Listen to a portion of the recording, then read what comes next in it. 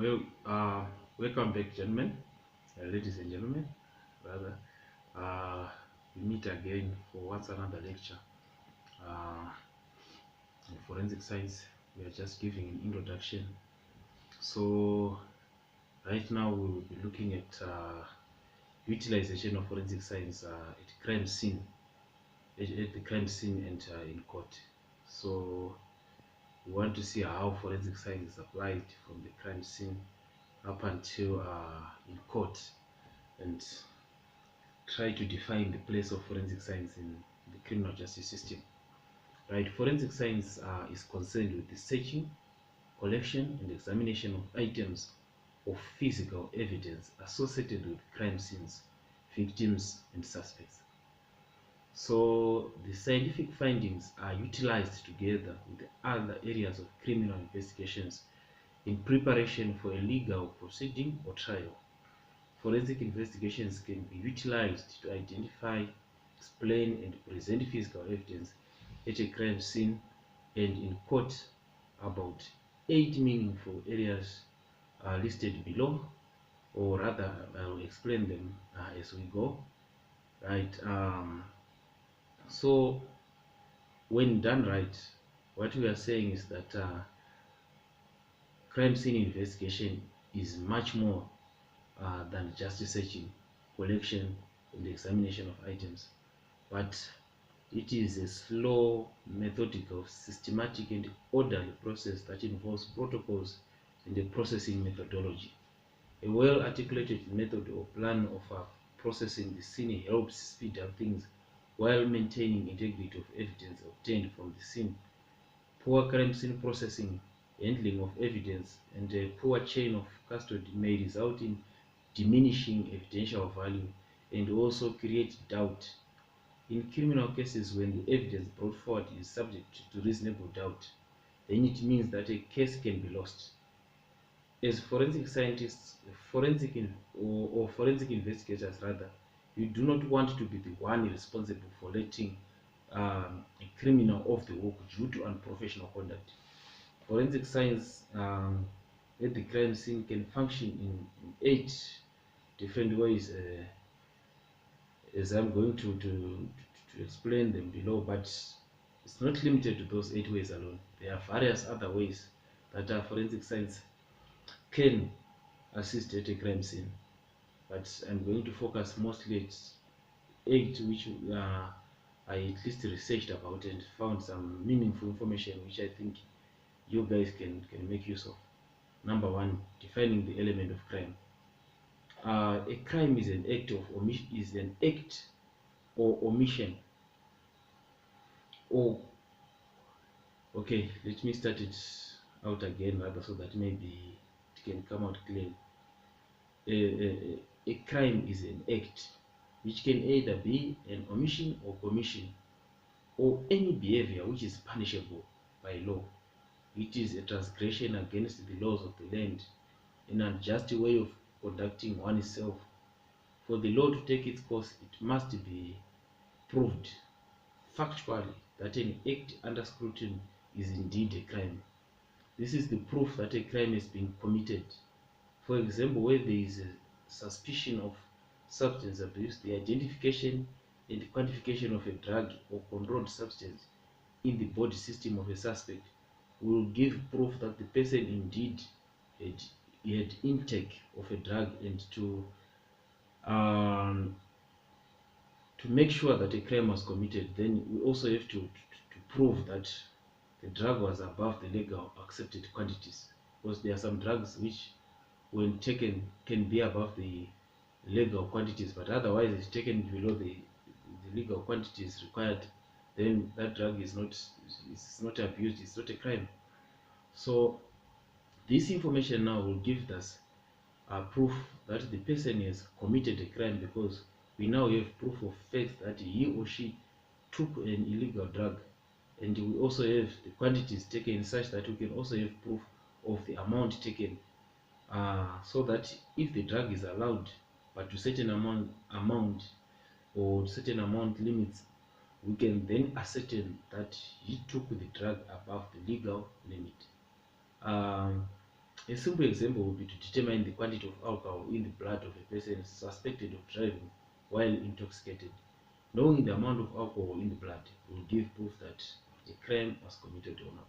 Because under normal circumstances, if you drink alcohol, there is a certain limit that is allowed for you to say you can drive. So that now will depend on the test. When we test and establish that there's alcohol, then we also want to know the percentage of that alcohol in the blood of the driver.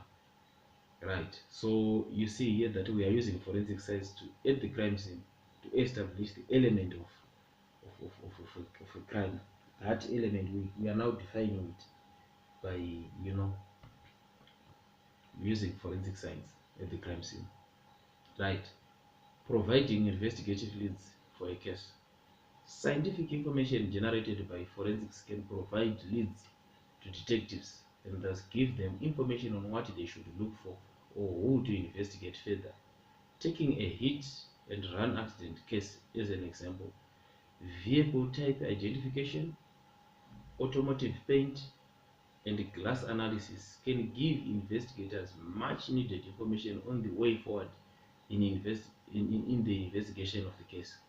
Forensic scientists thus will try to find as much information as possible at a crime scene which will point in a particular direction.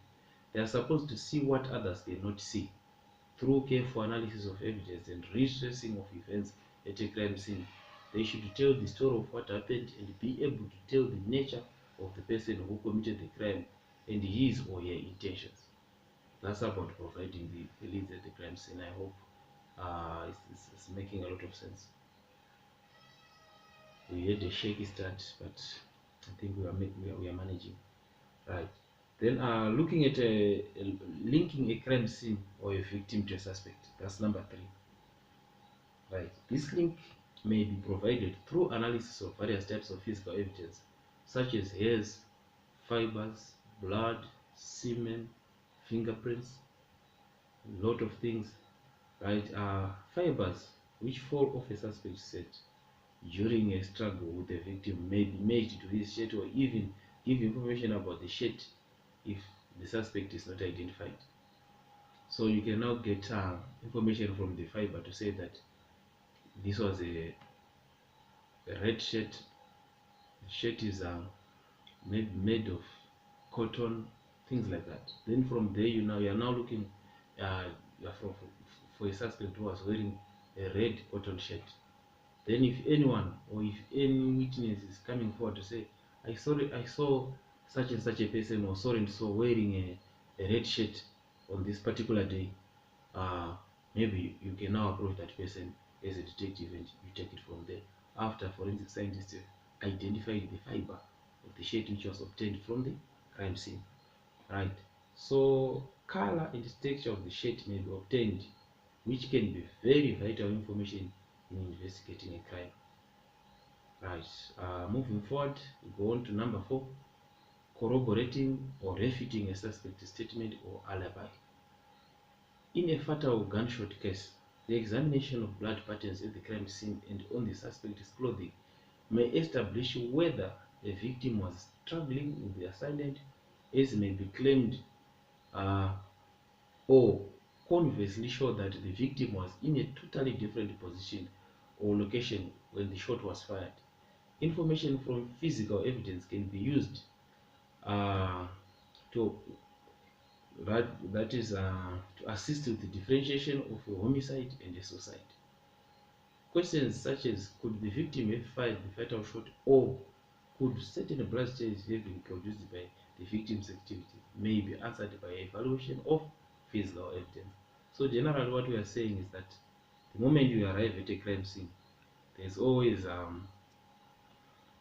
statement or rather an alibi which is created by the suspect to say, no, I'm not guilty. This is what actually transpired. So you try to evaluate that by analyzing the evidence, what the silent witness is saying. Because remember, the suspect and any other witness, including the victim, they are the witnesses that you have, and they have their own voices, they can speak. But now the physical evidence in itself requires a forensic scientist for it to be able to give an audible voice, because at the end of the day, it's not speaking, it's not saying anything. But if you carefully analyze, if you carefully observe, if you carefully search for the natural way of things in a particular place, if you carefully try to analyze how things should come out at a crime scene, retracing the event, trying to follow up, you will get a story of what could have happened. Then with that story, now you compare it with the alibi or the statement of the suspect to see, or even the statement of the victim to see if what they are saying is true. Then there are certain facts which stand regardless of a story. So if you check such things, then you can say, no, this is not true. Suppose someone is claiming that I poured water to the victim. Then you discover that maybe the skin of the victim was eaten by the fluid. Under normal circumstances, if the water was not hot, if it was just cold water, you cannot eat up the skin of a person. Hot water, yes, you may maybe expect that the person was cold, so there can be some injury. But now with just pure water, which is at room temperature, without any other substance, don't expect the skin of a person to peel off. Then you want to investigate what was in the substance which was poured. Was there any other problem with the skin of the person or things like that? Then from there you can tell that there is some bit of lies here, or the truth is being concealed somehow. Then you call for further investigations. So in essence, forensic science in itself, it's not an end. It's not an end in itself, but it's a means to an end by simply uh, facilitating corroboration of evidence and facts. Right, we move on to number 5, identifying a suspect. What we are saying is that identification of a suspect is not limited to, but often established through fingerprints, DNA, profiling, identification of firearms, um, which may be registered in the name of the suspect, etc. So we are saying these are some of the methods that can be used from information obtained at the crime scene, but these are not the only other methods that can be used to identify a suspect.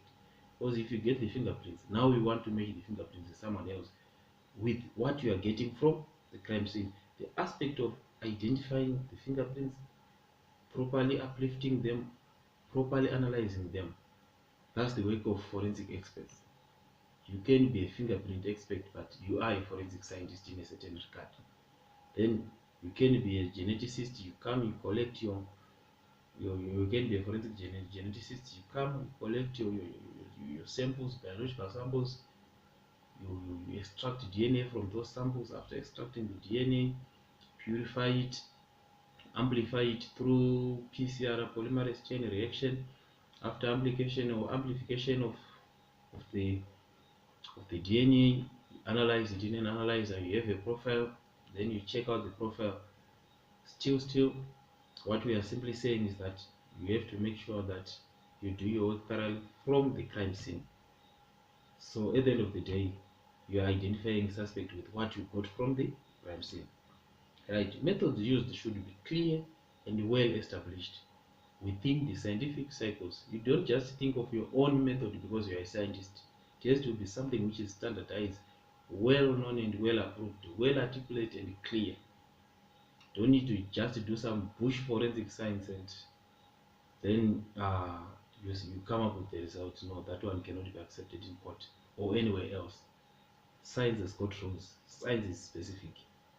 No innovation shall be applied to investigations unless and until it has been validated by other forensic experts and is published in scientific journals as a functional method which has acceptable accuracy, consistency, and precision. That's clear and well articulated, I guess. Right. Number 6, inducing a confession of a suspect. In some cases, presenting factual information to a suspect established through the examination of physical evidence, such as the victim's blood identified on the clothing of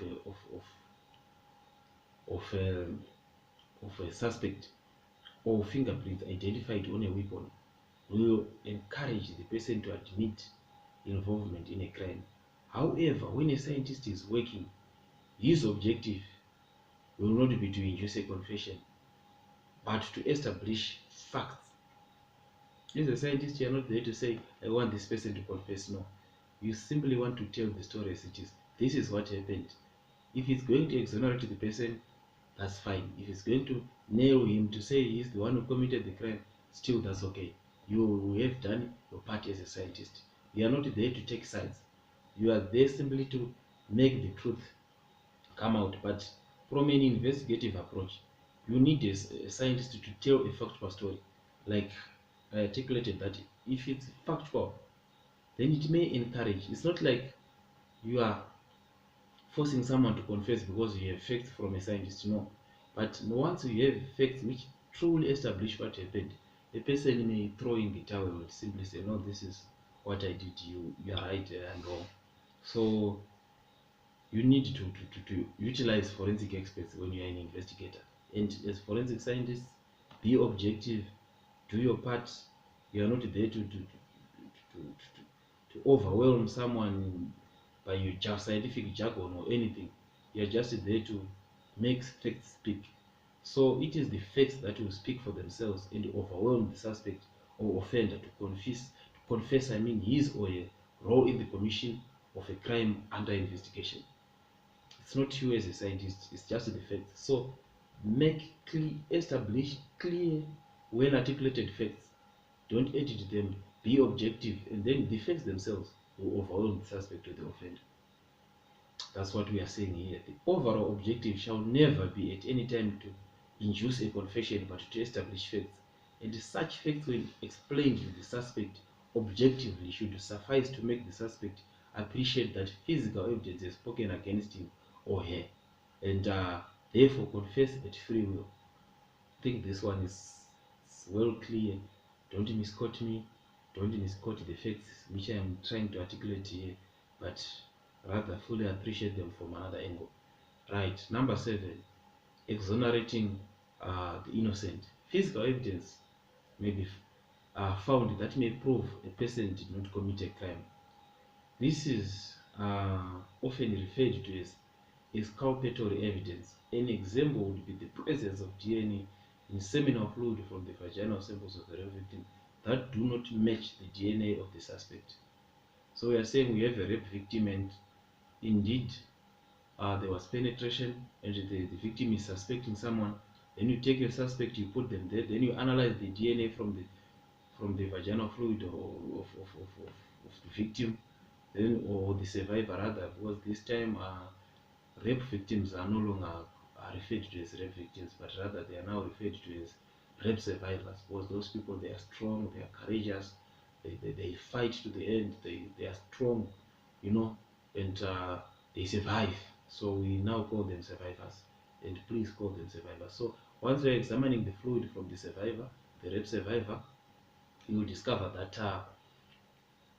there is male DNA there, and then you compare the male DNA with that of your suspect who is being suspected. If they match, then the person is guilty, and if they do not match, then you already eliminate him from the investigation to say, yes, we are suspecting this person, but according to this is not the person who deposited the semen in you, so we are looking for another person, not this one. So that's how evidence obtained from a crime scene can work, both at the crime scene and in court. Right. Then providing expert testimony in court. So the presentation of physical evidence in court by an expert is the ultimate test of the validity of evidence. The conclusions drawn by the expert must meet rigorous standards of scientific proof and withstand a vigorous cross-examination by defense counsel during a trial.